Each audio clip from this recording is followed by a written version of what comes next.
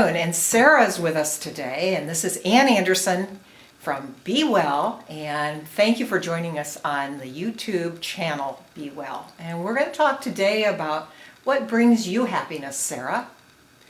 Thank you, Ann. It's a pleasure to be here with you today, and I'm grateful for this opportunity to talk about happiness because I think happiness is a great thing. It's also a very difficult thing to attain once in a while.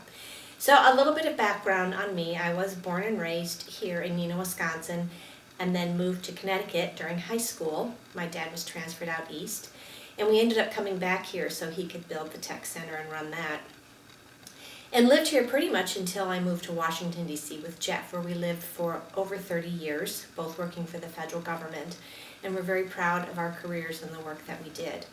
Upon retiring, we were thinking about moving to either Chatham, Massachusetts on Cape Cod, where my sisters are, or possibly here in Wisconsin, and we ended up finding this house and falling in love with it and decided to live here.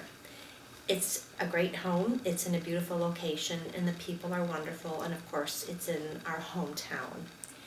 But I have to say that I am missing the East Coast. My life took a complete 180 when I moved here, and I no longer have the job that I had, or the power, or the salary.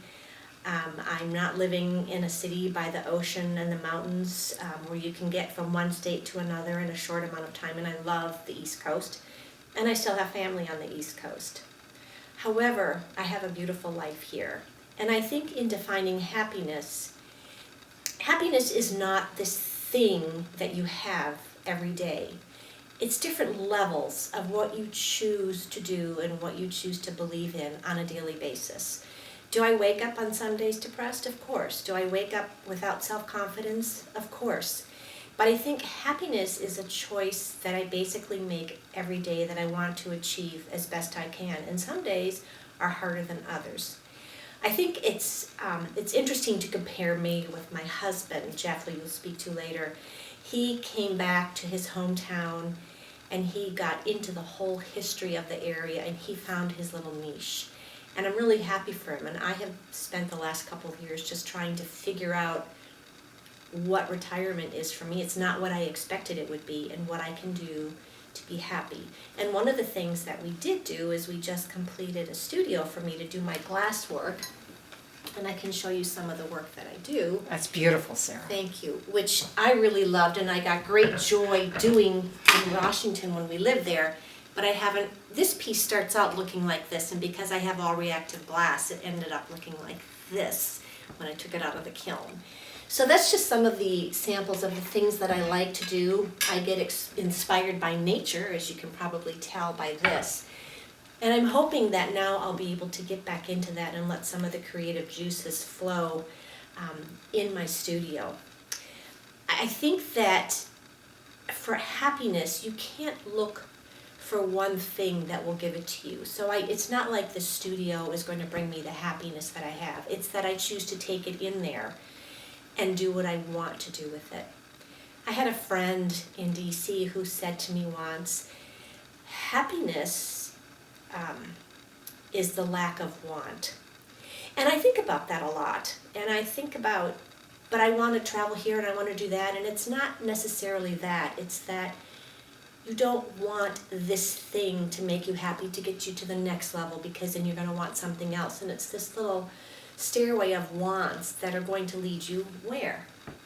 And so I think if you are at peace with yourself and can accept that what you have in your life you're grateful for, and understanding that there are going to be ups and downs, that the happiness is what you choose to find each day. I know that there are folks that struggle with that, and I completely understand that and wish and pray that they can find the happiness and contentment they need. And I've had my own struggles in life. One of the things we were talking about the other day when you were over here is that I have decided that this year I have a power word. And my power word is release. And I need to release a lot of things. There's a saying that you can't grasp onto something new until you let go of what's in your hand. It's true. And I have a lot of memories from my parents and grandparents. I have a lot of their furniture, I have a lot of their things. I have a lot of stuff, and I need to clear out clutter from my head, from my life, from my own opinion of myself and what others think. There's just so much that could possibly weigh me down and interfere with my happiness. And if I release those things that put a burden on me, I'm hoping that it'll lighten my step and keep me going every day.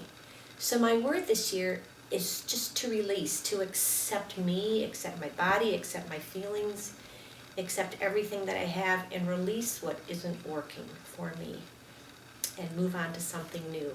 And always be well. Always be well. And I think I'm a people person. COVID's been really tough. There's been a lot of time spent with Jeff.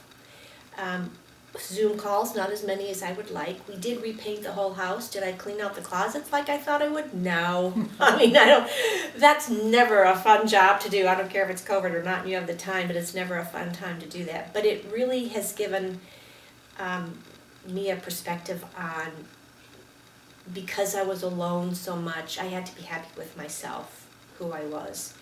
And it makes me even more grateful for the family and the wonderful friends that we have met here, because there's such beauty in all of that, and there's shared experiences and new experiences, and that's what makes me excited every day, is to be able to get up and talk to people and try new things and just appreciate the life that's been given to me. Thank you, Sarah. I sure appreciate your insight. This is a beautiful interview, so thank you so much. And we're going to say be well, and we'll be hearing from your husband in a few minutes. Great, thank you so Yeah. much, appreciate it. Be well. Be well. Thank you.